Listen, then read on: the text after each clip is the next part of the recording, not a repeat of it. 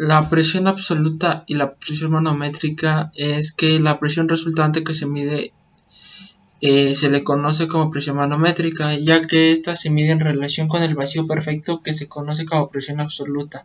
Aquí abajo de esa definición les dejo la expresión o la ecuación que se necesita para sacarla.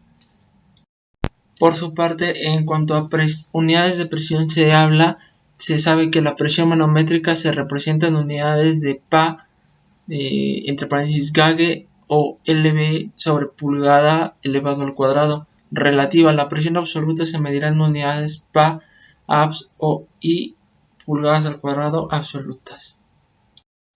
Por su parte, la relación entre presión y elevación es que la elevación es la distancia vertical a partir del nivel de alguna referencia hasta el punto de interés y se llama z. Se medirá siempre positivamente con dirección hacia arriba y es importante saber exactamente a qué manera varía la presión con cambio de profundidad o elevación. Por su parte, la relación que existe entre un cambio de elevación h en un líquido y un cambio de la presión es igual a delta de P es igual a peso específico del líquido por el cambio de la elevación, como se muestra en la ecuación, en lo que el peso varía. Por su parte, los líquidos se consideran que un líquido es incomprensible por su peso específico y es una constante. También tenemos que la atmósfera estándar internacional es la más conocida por sus siglas ISA. Es un modelo de la atmósfera terrestre que permite obtener los valores de la presión, temperatura, densidad y viscosidad del aire en función a su altitud. Por otro lado, la paradoja de Pascal dice que el cambio de presión depende solamente del cambio de la elevación y del tipo de fluido, no del tamaño del contenedor donde se encuentra el fluido.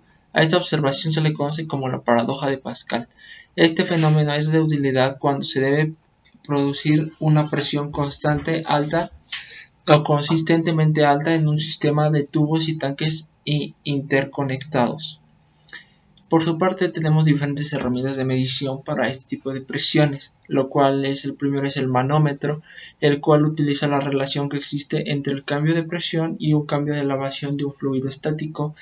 Un extremo del tipo U está conectado a la expresión que se vaya a medir, mientras que el otro se dejaba abierto a la atmósfera. El tubo que contiene un líquido conocido como fluido manométrico. Los fluidos más típicos son el agua, el mercurio y los aceites ligeros coloreados. Por su parte, el barómetro es un dispositivo para medir la presión atmosférica y está lleno con mercurio. Tenemos esta ecuación: 0 más YMH es igual a P presión atmosférica por presión atmosférica es igual a YMH. Como el peso específico del mercurio es un cambio en la presión atmosférica, ocasionará un cambio en la altura de la columna del mercurio. Y por su parte, la presión expresada se utilizarán manómetros para medir tales presiones y los resultados estarán dados por unidades como pulgadas de agua en lugar de las unidades convencionales. Y aquí les dejo unos ejemplos de cómo sería la medición de cada una de las presiones y la presión expresada.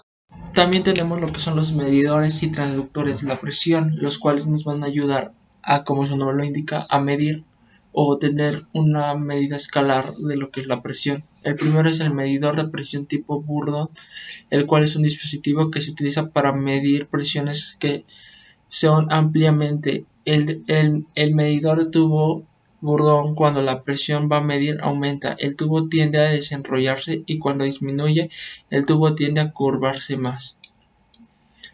Por su parte, el medidor de tensión dice que la presión que va a medir es introducida por la entrada de presión y actúa sobre el diafragma, el cual está unido a medidores de tensión. A medida que los medidores de tensión detectan la deformación del diafragma, su resistencia cambia. El dispositivo de lectura es típicamente un voltímetro digital calibrado en unidades de presión.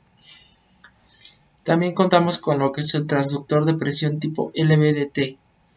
Un transformador diferencial lineal variable está compuesto por una bobina eléctrica de forma cilíndrica que posee un núcleo móvil con forma de varilla. Conforme ésta se mueve, el núcleo a lo largo del eje de la bobina se presenta un cambio de voltaje en la relación con la posición del núcleo. Los transductores de presión piezoeléctricos son o utilizan esta característica del cristal, haciendo que la presión ejerza una fuerza y ya sea directa o indirectamente sobre el cristal. Entonces produce un cambio de voltaje relacionado con el cambio de la presión. Por último, el resonador de cuarzo es una de las condiciones de tensión creciente que la frecuencia de la resonancia aumenta, al contrario, la frecuencia de la resonancia disminuye con la presión. Tales dispositivos pueden proporcionar mediciones de presión con una precisión de 0.01% o mayor.